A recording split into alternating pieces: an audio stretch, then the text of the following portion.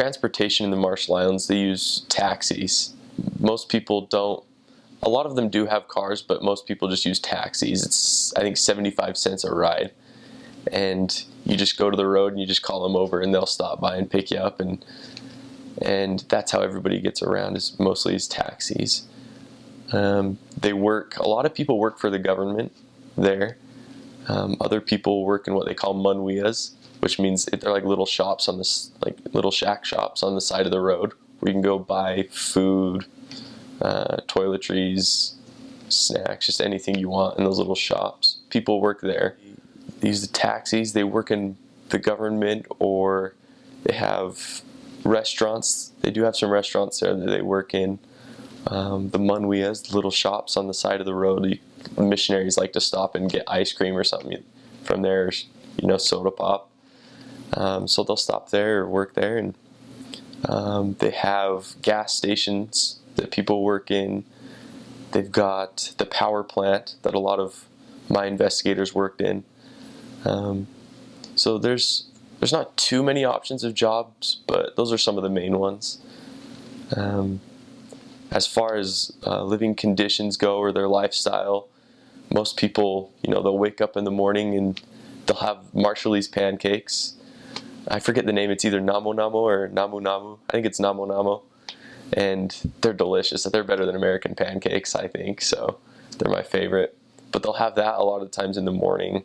And then lunch and dinner, rice with some kind of meat. Hot dogs, which are my favorite, usually uncooked.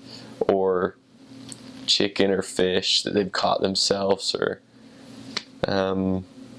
tuna. A lot of times they'll have tuna, which is my favorite. Sashimi, which is just raw tuna. They chop it up, and that's delicious. It's my favorite. But that's a lot of times what they eat. They eat a lot of ramen as well. They don't usually have furniture. We sit on the ground. When we teach our lessons, you sit cross-legged or on the ground. Most people usually don't have furniture, so that was something for me to get used to, but I actually enjoyed it at the end of my mission. I got used to it, accustomed to it. So yeah, I really came to love that culture and those people and the way that they live and even what they eat. It's now my favorite food. So they've got 2 shopping centers there. One's called Payless, and that's in like the city. Well, they're both in the city side, but that's closer to a city called Rita, and a lot of missionaries go there. Or you can go to K&K.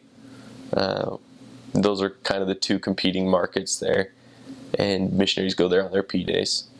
And yeah, they're actually really pretty good stores, grocery stores. They're large, and so I remember when I was picturing before my mission the Marshall Islands, I didn't think that they would have something that nice there, or I didn't know what to expect, that they would have such a nice supermarket there where you can go and get pretty much anything you want.